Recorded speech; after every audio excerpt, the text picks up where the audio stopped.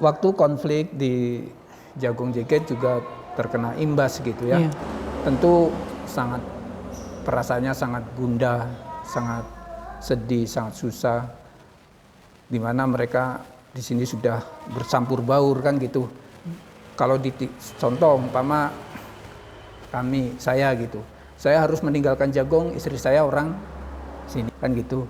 Atau sebaliknya gitu kan. Nah, bertahan di sini kondisinya seperti ini.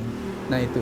Mungkin itu hanya menguatkan tekad. Ya udahlah, kita tetap di sini.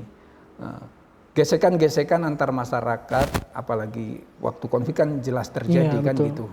Ya, saat itu saya menguatkan diri, tetap bertawakal kepada Allah gitu kan. Bertawakal kepada Allah bahwa Allah telah memberikan bumi ini untuk manusia.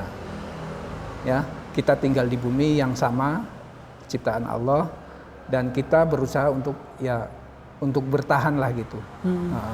Dengan tetap bermohon kepada Allah memberikan rasa aman. Kan gitu. Alhamdulillah, dan itu terjadi kan. Keamanan itu, kemudian terbentuk perdamaian.